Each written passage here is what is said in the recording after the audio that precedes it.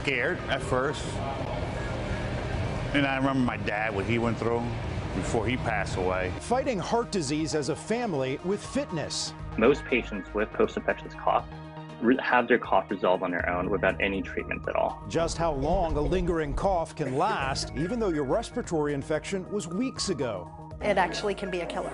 People will isolate, and before you know it, their mental health declines, then their physical health declines. And making connections, how these volunteers are helping older adults avoid social isolation.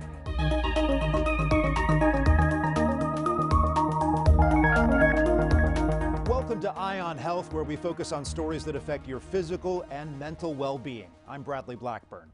The World Health Organization is warning more than half of countries will be at high risk of measles outbreaks by the end of the year if immediate prevention measures are not taken. Here in the U.S., the Florida Department of Health is investigating an outbreak of 5 measles cases in a Broward County elementary school.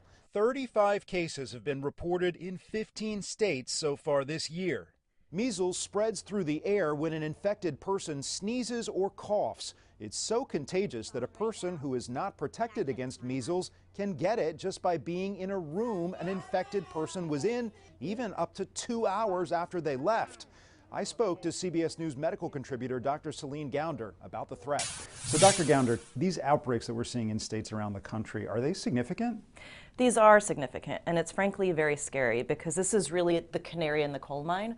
What we're seeing are importations of measles from other countries, but those take off when you don't have high enough vaccination rates locally. And a recent CBS News investigation showed that some 8,500 schools in the country at least have such low vaccination rates, they're at very high risk for outbreaks if there's a case that comes into that community. Are we seeing similar outbreaks around the world? We are seeing similar outbreaks around the world. In the UK, for example, they've seen outbreaks all over the country, similar issue of not having high enough vaccination rates.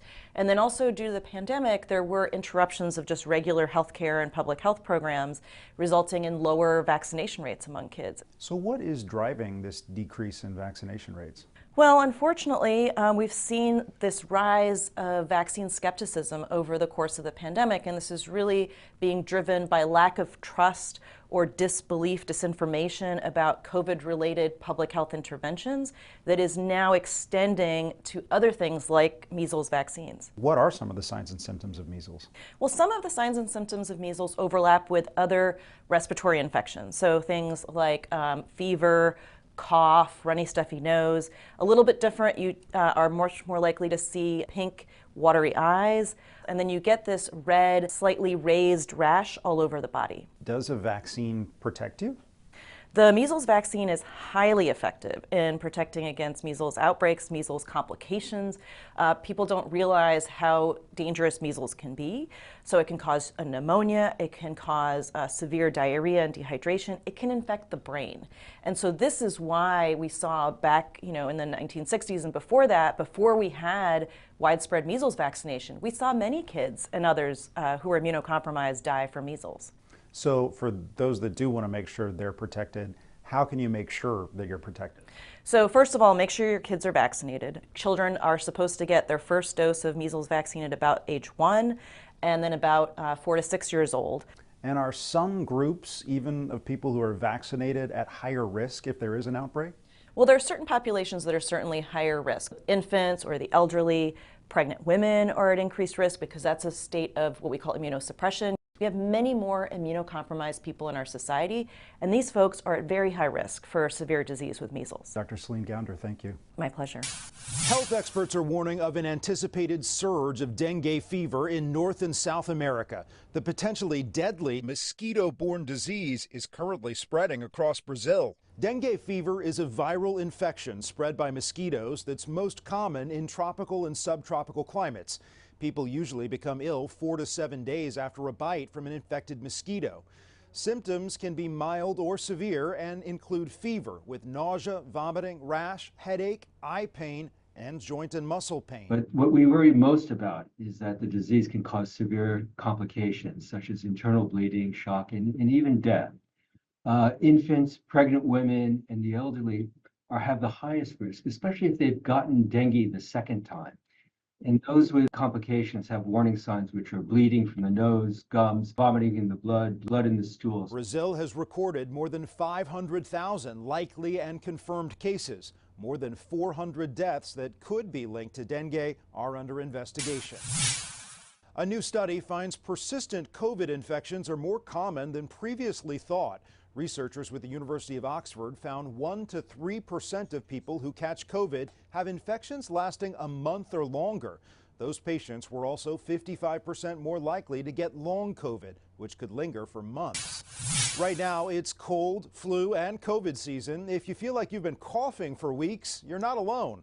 A new report looks at just how long it's typical for a hacking cough to stick around. Navi Gill had a bad cold in September, but the one symptom that lingered was her cough. It was debilitating. It would keep me up at night, and I was coughing throughout work and had to keep explaining to people that I wasn't sick. To get some relief, she tried cough medicine. It didn't really do anything. It still lasted about 6 weeks, despite me trying all these, medications.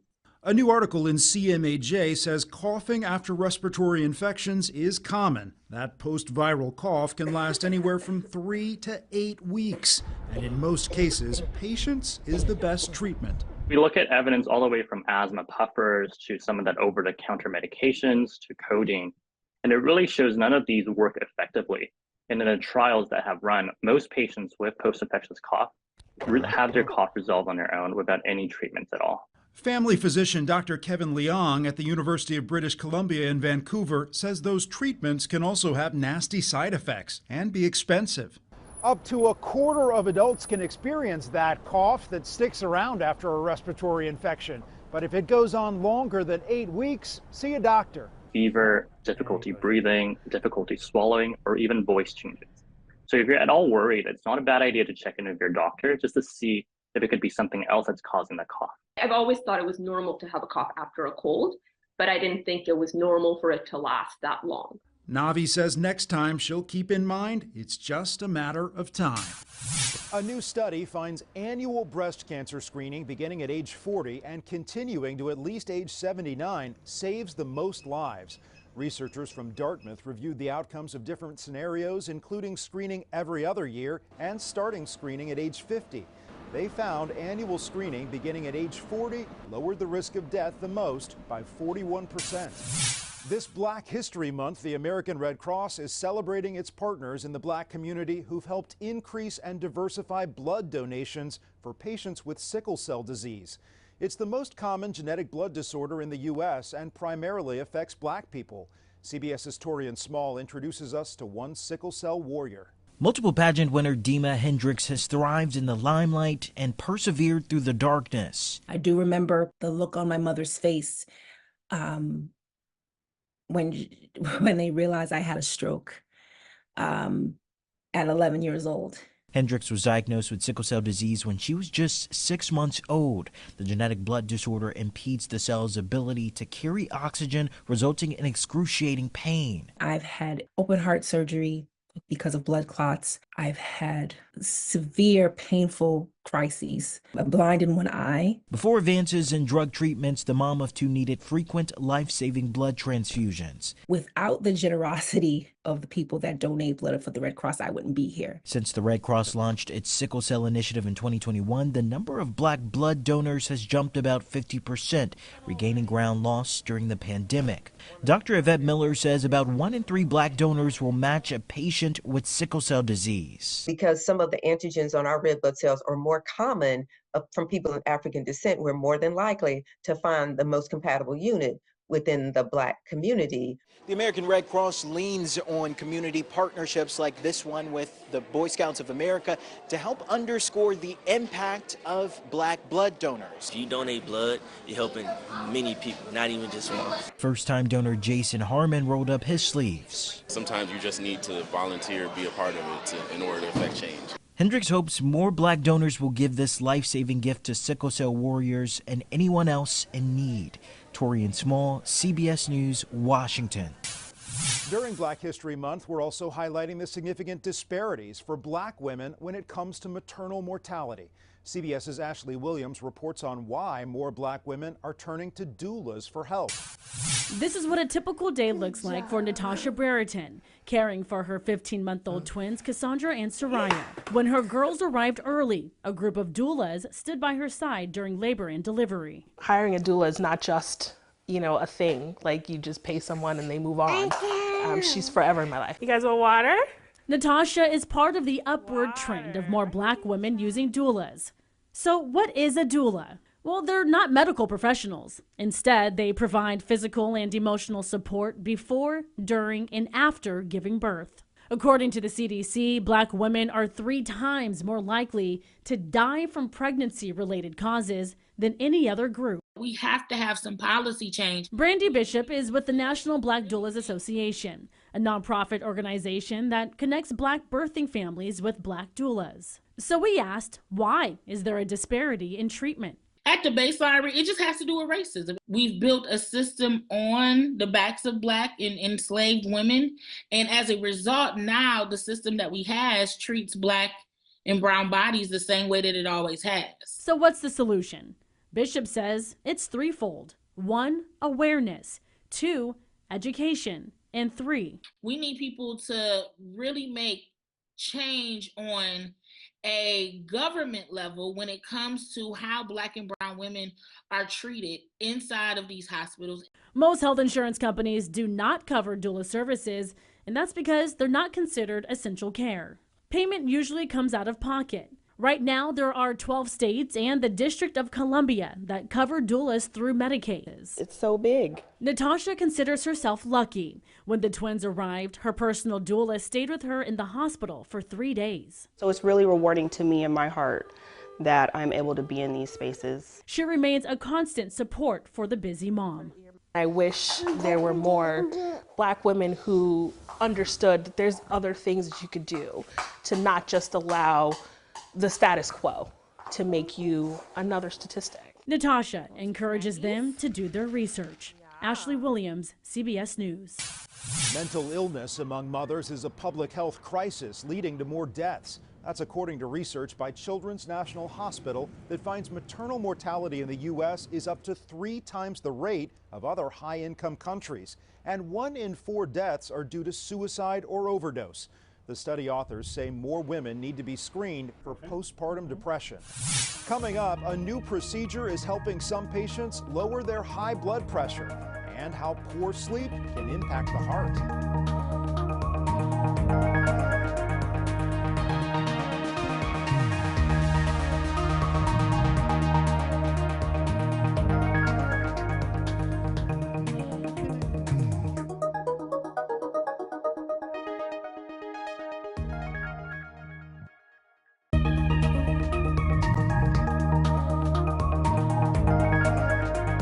February is American Heart Month. 1 out of every 2 adults will develop high blood pressure, which can lead to a host of problems, including heart disease, stroke, and blindness.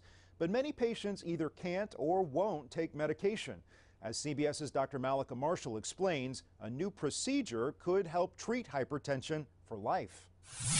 When 69-year-old David Leifer was diagnosed with hypertension 8 years ago, his doctor told him to change his lifestyle. I tried to reduce the salt, the sodium in my diet, tried to exercise some more, and it didn't really make any difference. The next step, a pill, but his blood pressure still didn't budge. 3/4 of people with high blood pressure don't have it under control. Either they don't know they have it in the first place, or they don't want to take pills. David was one of them. So he enrolled in a clinical trial investigating whether a procedure called ultrasound renal denervation could safely and effectively treat hypertension. A doctor threads a tiny catheter through the groin into the blood vessels that feed the kidneys and applies ultrasound energy to disrupt the renal nerves that contribute to hypertension. It's quick, minimally invasive, and patients are one and done. The safety record is terrific. The FDA voted unanimously in terms of safety to approve the procedure. Dr. Naomi Fisher, director of the hypertension service at Brigham and Women's Hospital, led the clinical trial in Boston. She says the technique doesn't work for everyone, but on average can result in a drop of about 10 millimeters of mercury, similar to a good blood pressure pill. For a long, long time, we had nothing new to offer. So for those of us who've been in the hypertension field, taking care of patients with blood pressure and really struggling, looking at the global rate of control, this is very, very exciting news. 4 years later, David remains off medication with good readings. They're telling you there's a chance you may never need to take medication again? That's what the hope is, and so far it looks like it's going that way. And he couldn't be happier. Dr. Malika Marshall, CBS News, Boston. Keeping our focus on the heart, a dynamic duo is on a life-saving mission to fight heart disease with fitness. CBS's Stephanie Stahl has the story of one father and daughter. Walking up hills. Yeah. It's a journey of survival for Jeff Perez, working out with his daughter Stephanie in Northeast Philadelphia. I feel better, I feel stronger. For 12 years now, the 62-year-old has been struggling with cardiomyopathy, a weak heart muscle. I was starting to have a lot of chest pains and a lot of shortness of breath. With his heart failing, Jeff says he'll eventually need a heart transplant. For now, he's being kept alive with an LVAD that's like an external heart pump. These are the batteries. There are thousands of people like Jeff waiting for transplants. He's hoping to improve his odds by being in the best shape he can. You're really working out here, huh? Stephanie, the general manager of This Planet Fitness, is overseeing her dad's fitness routine. It's really nice to just have him here. What do you do to keep him motivated to work out? Rough him up. No, I always check on him. Jeff is also carefully monitored by his doctors at Temple, who have told him these daily workouts are critical. Got scared at first. And I remember my dad, what he went through before he passed away. He was 63 when he died of the same thing. Is that the one you want? Fighting heart disease is a family affair, with Stephanie now paying attention to her own heart health while being focused on her dad. He's always done everything for me, so I want to return that as much as I can. Staying in lockstep, working out, hopeful for a brighter future, and having fun together. Do you guys like working out together? Yeah. No. Mixing laughter with fitness for stronger hearts. Stephanie Stahl, CBS News, Philadelphia. Many of us don't realize how sleep can affect our heart health. Studies show 1 in 3 American adults reports having trouble sleeping. Poor sleep is linked to an increased risk of high blood pressure, heart inflammation, and diabetes. When we're not sleeping as much, we tend to have more of the hormone ghrelin that makes us want to eat more, and less of the one that tells us leptin that tells us to stop eating. So we eat more, we go for the higher sugar, higher fat foods, and that can lead to obesity and diabetes problems. Sleep experts say having a small, healthy snack before bed can help. So can limiting alcohol, caffeine, and excess liquids. Another tip, cut down on screen time. Doctors say they know the magic number of daily steps that can lower your risk of heart failure.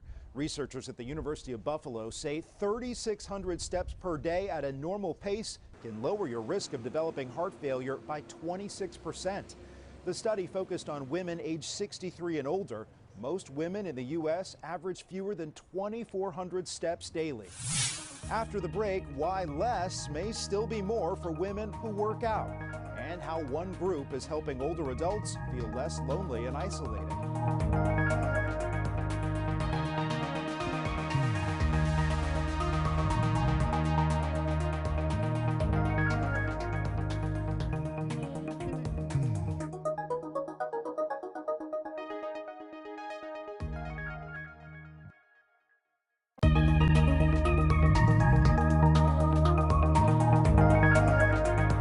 Food insecurity is considered a significant public health concern. Recent studies show that at least 1 in 3 college students are dealing with food insecurity.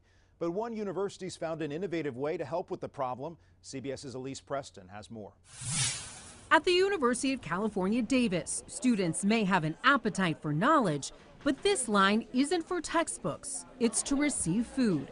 Rent is unbelievably expensive, and it's unfortunate that food and groceries and just basic needs costs are so gigantic. Senior Erin Cashin showed up 90 minutes before the doors opened at the on-campus food pantry.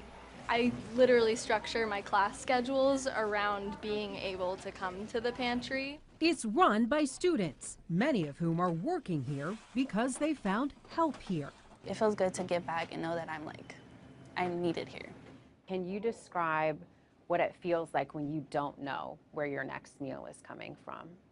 Just really anxious. Leslie Kemp runs the university's Basic Needs Center. She believes it's important to offer items like fresh produce, some of which is grown on the student farm and donated to the pantry. $1 today buys a third of the commodities that it bought when I was in school. There are now close to 800 food pantries on college campuses. A decade ago, there were just 80. UC Davis was one of the first to open up its pantry, buried in the basement. Now the pantry is at the heart of the campus. It's not intended for those with a meal plan or who can afford groceries, but it's open to anyone with a student ID, no questions asked. Do you fear that people will take advantage of the system? If we've got 10 students coming in and 3 didn't need it, I'm okay with that, as long as we get those 7 who did need it. What kind of load does that lift off of you? Oh, huge. For Erin Cashin, a dozen eggs. She's stretching her dollars, but only taking what she needs. Pasta. You're being aware of everyone else who is in this struggle with you. I think that's kind of what comes with a gift economy. So let me make sure I leave some behind for the next person. No regrets, no stigma, and one very big benefit. It absolutely affect my academic performance. It would definitely affect mental health without being able to do this. That's certainly food for thought. Elise Preston, CBS News, Davis, California. Women may benefit more from exercising than men. A new study supported by the National Institutes of Health found that women who worked out regularly lowered their risk of premature death by 24%, while men who did the same had a 15% lower risk. The difference was even greater when it came to fatal heart attacks. The study authors suggest variations in anatomy and physiology may account for the differences. Wearing fitness trackers could provide a health boost to the elderly. Researchers in Japan gave accelerometers to elderly patients in a care center and found they spent less time sitting, took more steps, and had higher levels of light physical activity. They say it shows even patients with mobility issues or who need regular care can still help themselves with simple self-monitoring of activity. Older adults are at increased risk for loneliness and social isolation, which can put them at risk for serious medical conditions, according to the CDC. CBS's Barrett Leone has more on a nonprofit working to make seniors feel less isolated. At Heritage of Edina, love is in the air. Our mission is about alleviating social isolation for older adults in the community. You're welcome. Happy Valentine's Day. It's a goal Gifts for Seniors Twin Cities extends far beyond February. We certainly know that folks aren't lonely only during the holidays, so we try to keep up with those social visits and making sure that we're meeting with folks periodically. And far beyond Edina. I think it's important to take care of your senior population because we're all going there, at least with some luck. The nonprofit partners with 140 aging services across 10 different counties. Just bringing some of those day brighteners and moments of joy is really important to us. Heritage of Edina Activities Director Jennifer McCurson sees the impacts of isolation on elderly adults firsthand. It actually can be a killer. People will isolate and stay to themselves, and before you know it, their mental health declines, then their physical health declines. Making this connection, Donna, one for you, even more meaningful. It's really fun to interact and talk with them and learn about them and hear their stories and make them feel like they're human. Gifts. It says sharing our gift of friendship with you. That go beyond the physical. It just brightens their day, can brighten their week, brighten their month. It brings so much joy to them. People wouldn't even understand how just a little act of love and kindness brings so much joy. In Edina, Barrett Leone, WCCO News. That's this week's Eye on Health. I'm Bradley Blackburn. Thanks for joining us, and be well.